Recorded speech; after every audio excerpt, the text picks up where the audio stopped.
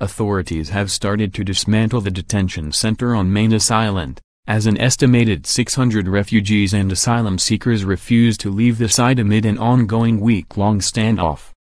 Almost 60 people have voluntarily left the center on buses that had been waiting outside to take them to new facilities, according to a statement Friday from Papua New Guinea, PNG, police. The operation, code-named Help I'm Friends, would use buses and trucks to transport the refugees to their new centers without the use of force, Manus Provincial Police Commander Chief Inspector David Yapu said in the statement. He added police would deal with any situations which arose during the transfer in a professional manner. On Thursday, PNG police told the refugees remaining in the formerly Australian-run centre they had 2 days to get out or they would be forced to leave. If necessary, force may be used to relocate those who refuse to move voluntarily for your own sake, said a statement distributed to refugees. Refugee Aziz Adam said the authorities hadn't told them anything Friday before they moved in and started to break things. Around 600 refugees have been without food and water for over a week after services were shut off at the Manus Island Center, which officially closed on October 31. The refugees, detained in the center for years, say if they leave they risk being attacked by locals who don't want them living in their town. Unlike the existing facility, which is located on a secured site far from residential areas, the proposed new facilities are located in the town of Lorenge. The site's closure follows a PNG Supreme Court ruling last year, that the refugees, who were not allowed to leave the Australian-run immigration centre, were being deprived of their personal liberty. Fences, structures torn down. Papua New Guinea police and immigration officials tore down the fences surrounding the camp on Thursday ahead of the planned move. On Friday, authorities moved in to remove shelters within the property. Police and immigration destroyed our shelters. Inside the rooms is very hot without powerful fans.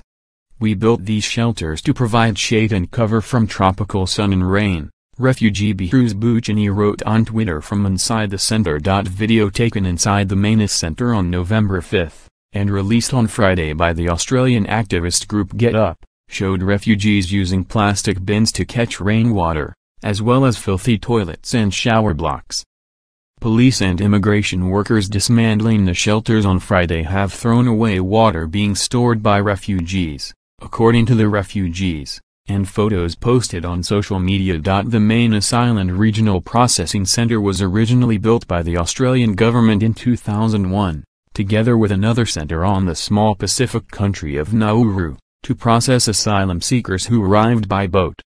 It was closed in 2008 over humanitarian concerns by the same Labour government, who would reopen it 4 years later to deal with a growing number of asylum seekers arriving by boat.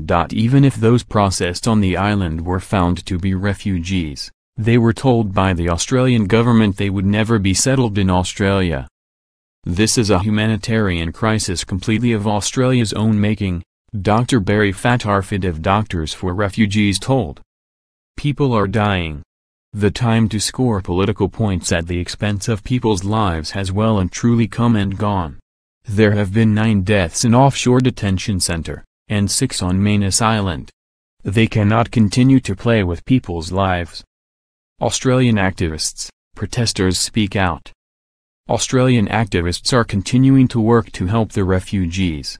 On Monday, lawyers for Buchani will appeal to the PNG Supreme Court to grant travel documents to refugees and asylum seekers who wish to leave the country. Australian Greens Senator Nick McKim arrived at the Manus Island Detention Centre for the second time on Friday, writing on Facebook the situation was teetering on the edge of tragedy.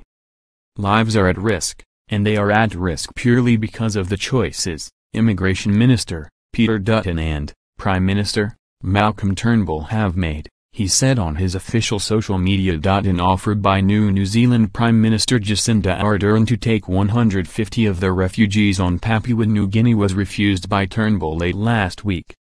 Meanwhile, small but eye-catching protests over the Manus Island crisis have continued across Australia in recent days, including a blockade of Customs House in Melbourne. On Thursday, protesters unfurled a banner on top of the Sydney Opera House which read, "Australia, World Leaders in Cruelty."